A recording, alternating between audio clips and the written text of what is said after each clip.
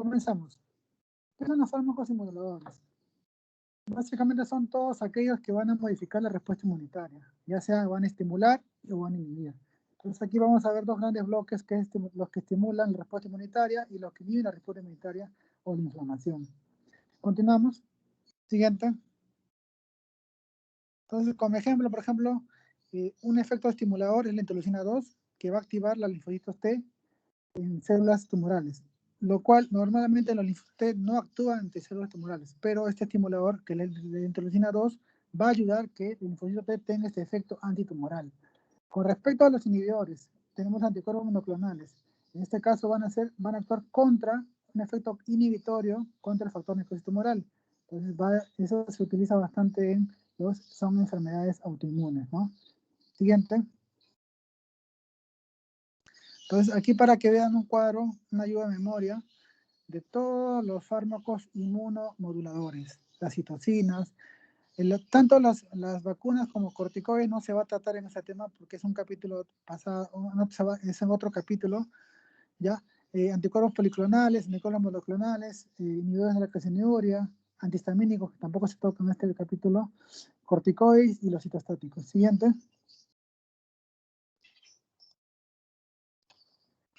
Ahora, dos grandes grupos, los que estimulan y los que inhiben. Comenzamos con los que estimulan o redirigen la respuesta inmunitaria.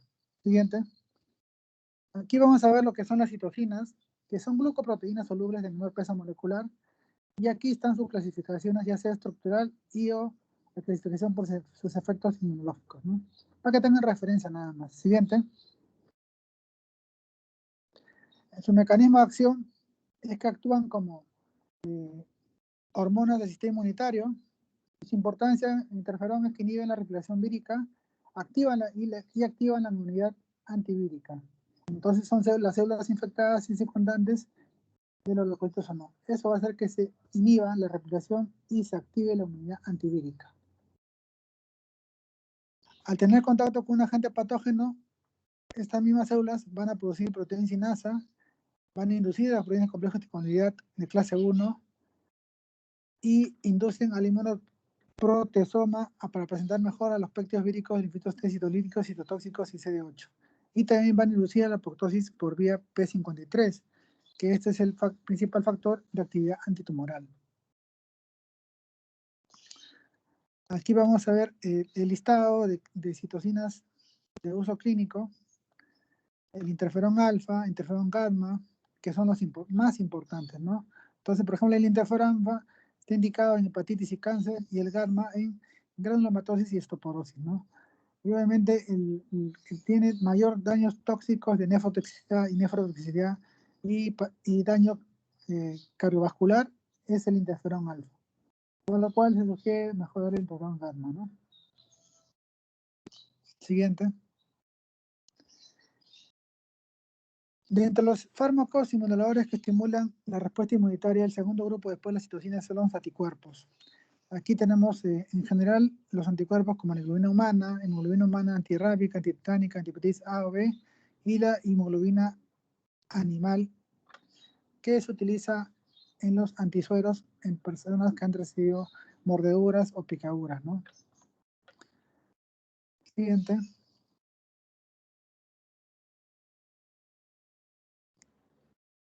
Comenzamos. Los anticuerpos policlonales son reactivos de gran heterogeneidad bioquímica y básicamente contienen lo que es inmunoglobulina G policlonal, más inmunoglobulina A y inmunoglobulina M, ¿no? Que son los productos diferentes del linfocito B, del donante. El origen puede ser tanto humano o animal, ¿ya? El animal mayormente tiene muchas reacciones anafilácticas, por lo que sugiere no usarlos, a excepción que esté costo vida-beneficio, ¿no? Por ejemplo, temor de la araña, entonces tiene que ser un antídoto, ¿no?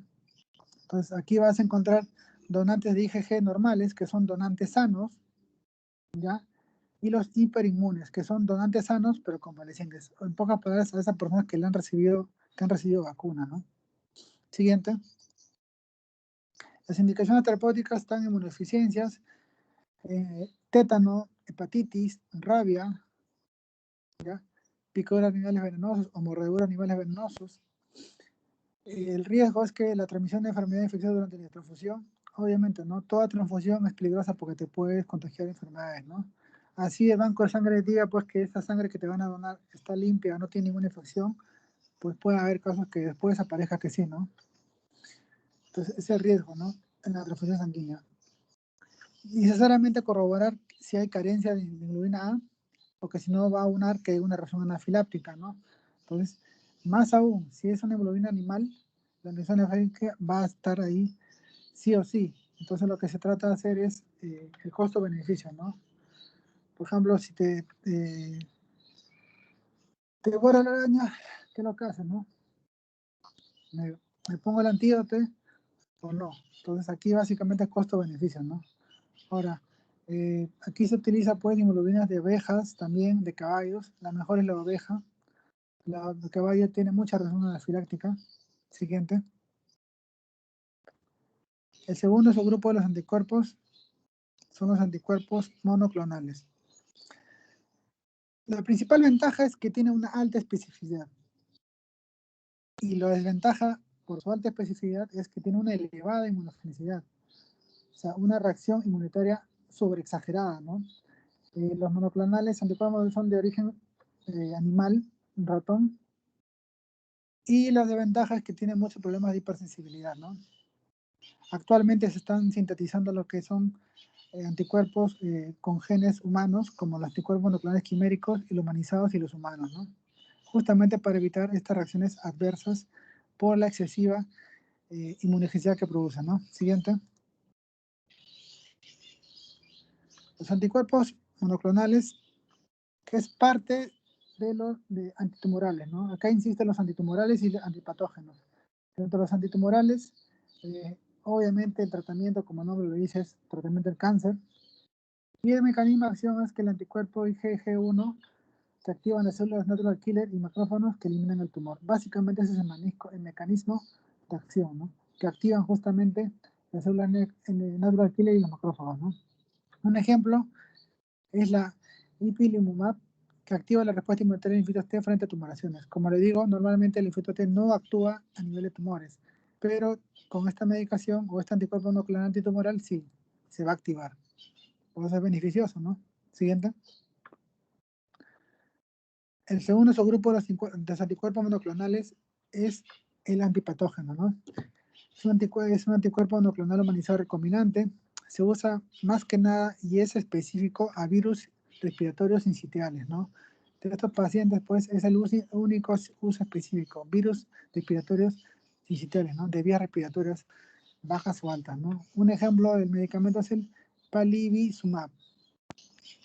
También existen otras clases de anticuerpos que son con pequeñas moléculas que estimulan la respuesta inmunitaria. El mecanismo de acción es básicamente que se unen e inhiben al celebrón. ¿Qué es el celebrón? ¿No? Es una proteína de complejo E3, ubiquina y ligasa. ¿Y qué va a hacer? Va a controlar los factores de transcripción. Entonces, al unirse al celebrón, ya no va a hacer la respuesta inmunitaria, ¿no? Va a estimular la respuesta inmunitaria, perdón. Y como ejemplo, están la nelalidomina y la pomalidomida, que básicamente van a amplificar la acción citotóxica de las linfocitos T y C4. Todos estos activan, ¿no? Siguiente. Y aquí tenemos los tipos, ¿no? La lenalidomida, la pomalidomida y la imiquimab. Y aquí están sus indicaciones y efectos adversos y contraindicaciones, ¿no? ¿Cuál es característico del mieloma múltiple? Los dos primeros, ¿no? La lenalidomida y la pomalidomida, ¿no? Siguiente. Ahora, el segundo grupo, ¿no? El primer grupo hablamos que eran los que estimulan. Ahora es lo contrario, los inhibitorios. Y aquí también, siguiente, vamos a encontrar citocinas, ¿no? Que van a inhibir, ¿no? Y aquí el efecto inhibidor es básicamente en el factor de crecimiento beta, interferón beta y la interleucina 10, ¿no?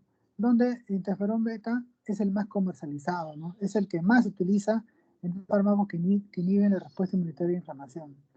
El interferón beta.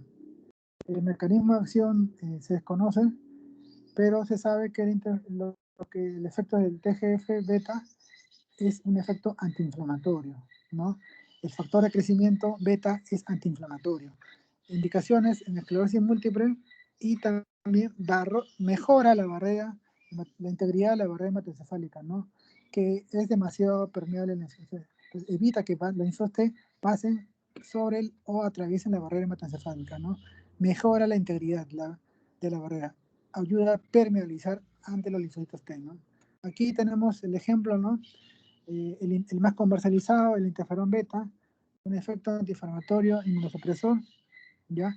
Indicaciones en esclerosis múltiple y efectos adversos, pues rinitis, rinorrea, síntomas pseudogripales, y las indicaciones están en embarazo porque atraviesa la barrera hematoencefálica y la depresión, ¿no? Siguiente. Ya, segundo, anticuerpos y otras inmunoproteínas, ¿no? Aquí tenemos para referencia la inmunoglobulina humana y la inmunoglobulina humana anti-DRH, la inmunoglobulina animal, o timocitos humanos, antileucinfocitos. Todos estos, obviamente, son las inmunoglobulinas de uso clínico que se utilizan, ¿no? Por ejemplo, en caso de una trombocitomía autoinmune o en caso de Guillain-Barré, inmunoglobulina humana, ¿no? En el caso de prevención de inmunizaciones de RDH, se utiliza la inmunoglobulina humana anti-DH, ¿no? En el caso de prevención, tratamiento de rechazo renal o agudo o enfermedad de injerto alogénico contra el huésped, se utiliza la inmunoglobulina animal o anti-linfocitos o timocitos humanos, ¿no? Siguiente.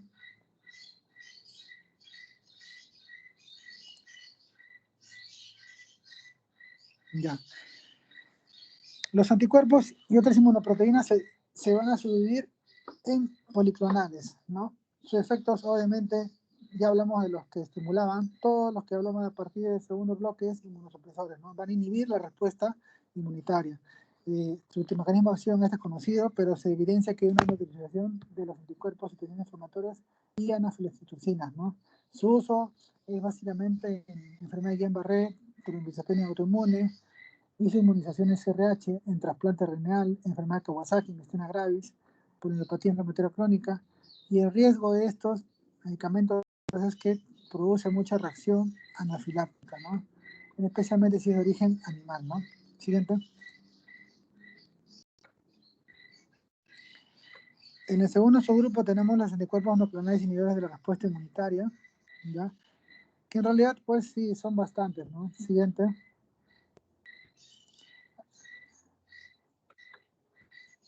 Ya. Siguiente.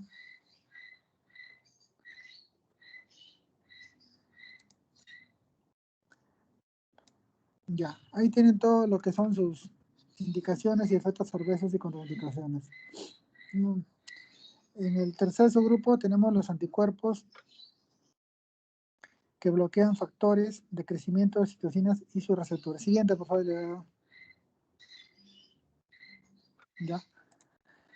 Aquí bloquean básicamente mediante los anticuerpos monoclonales de factores solubles y favorecen la proliferación celular. El uso es en degeneración macular, en enfermedades donde excesiva e incontrolada respuesta inmunitaria y trasplantes.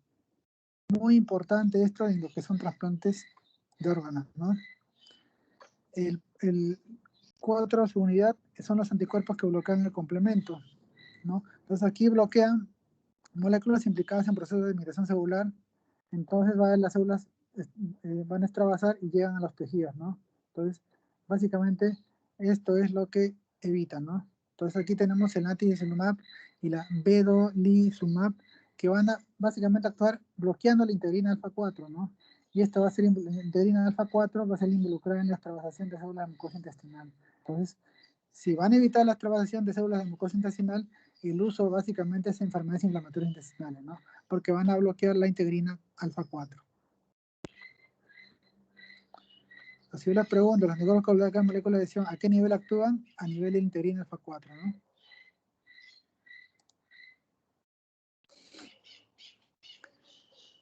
El quinto subgrupo son los anticuerpos que bloquean el complemento. Aquí tenemos, van a bloquear el bloqueo del factor C5 complemento. El uso es, y lo cual va a llevar a una inhibición de formación de complejo de ataque de la membrana celular, y en la cual el uso va a ser en una hemoglobinuria paroxística nocturna y en un síndrome urémico atípico. En la unidad 6 están los anticuerpos que bloquean de hemoglobina G.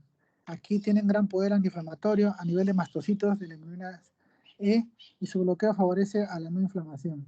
Uso en asma grave. Entonces, medicamentos, fármacos que inhiben la respuesta inmunitaria de la inflamación. Dentro de los anticuerpos que se usan en asma grave, son los anticuerpos bloqueantes de hemoglobina E. Que también les puedo preguntar, ¿no?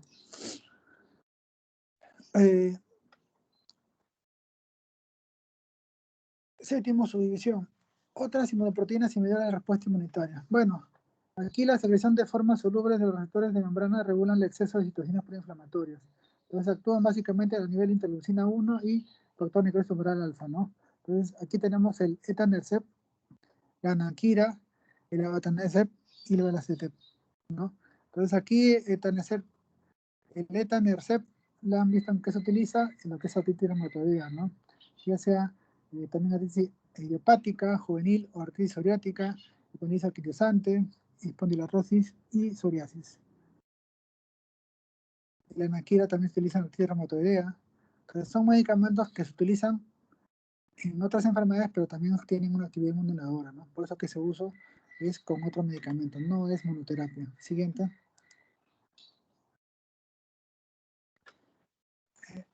El octavo, subdivisión de los fármacos que inhiben la respuesta inmunitaria. Dentro de los anticuerpos tenemos los inhibidores de la calcinuria, ¿no? ¿Qué es la calcinuria? Es una fosfatasa dependiente de calcio y que va a ocasionar la activación de linfocitos T. Entonces, a mayor calcio intracelular va a promover la transcripción de la interleucina 2. Entonces, lo que se trata es de inhibir la calcinuria para que inhiba selectivamente la activación de linfocitos T. Entonces, a manera de llevar esta calcinuria, los linfocitos T ya no van a reaccionar. Entonces, los riesgos es las inmunidades básicamente son las animales, ¿no? Son de origen animal, entonces pueden producir reacciones anafilácticas mediadas por hemoglobina G, ¿no? Ahora se recomienda el uso paralelo de corticoides para evitar, obviamente, como efectos anafilácticos, ¿no? Siguiente. Aquí tenemos los fármacos de la calcinuria, está la ciclosporina, trecolimus y la pimecrolimus, ¿no? Entonces, el que más se usa es la ciclosporina, ¿no? En el cual está indicado en trasplante de órganos y obviamente enfermedades autoinmunes, ¿no? Entre los efectos adversos están las infecciones, disfunción renal, hipertensión, cefalea, temblor, pilipidemia, hipercolesterolemia, ¿no? Está contraindicado en el uso concomitante de la rosuvastatina o el trecolimus, ¿no? También en enfermedades, en infecciones, en hipertensión, en alteraciones de función renal, están contraindicadas la ciclosporina, ¿no? Entonces, un paciente con hipertensión, ¿le vas a dar ciclosporina? No. Y finalmente, los anticuerpos citostáticos, ¿no? Los citostáticos, ¿no? El uso básicamente es antineoplásico, ya que inhibe la proliferación celular de los linfocitos. Se usa en trasplantes y enfermedades autoinmunes, ya que va a inhibir la respuesta inmunitaria. Entonces aquí tenemos los citostáticos, que los fármacos, el sirolimus, la micofenonato morfenino y la micofenonato de sodio, ¿no? Entonces básicamente se utiliza en lo que es en trasplantes, ¿no? Utilizamos los citostáticos, básicamente todos es en trasplantes, ¿no? Siguiente. Seguimos con los citostáticos. Aquí ya les parecerá conocido la cetoprina, también se utiliza en trasplantes y enfermedades autoinmunes, y el metotrexato también, donde sus usos principales en la artritis reumatoidea y la leflunomida, ¿no? También utilizado en la artritis reumatoidea que ya les expliqué, ¿no? Eso sería todo. Bueno, chicos, ya que el tema es un poco cargado, es un poco complejo.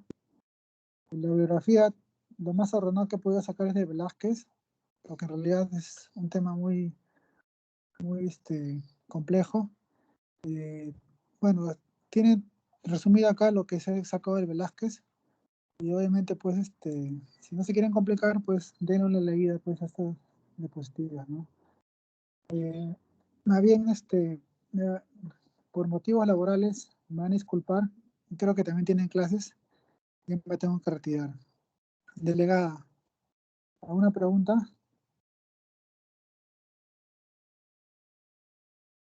Delegada.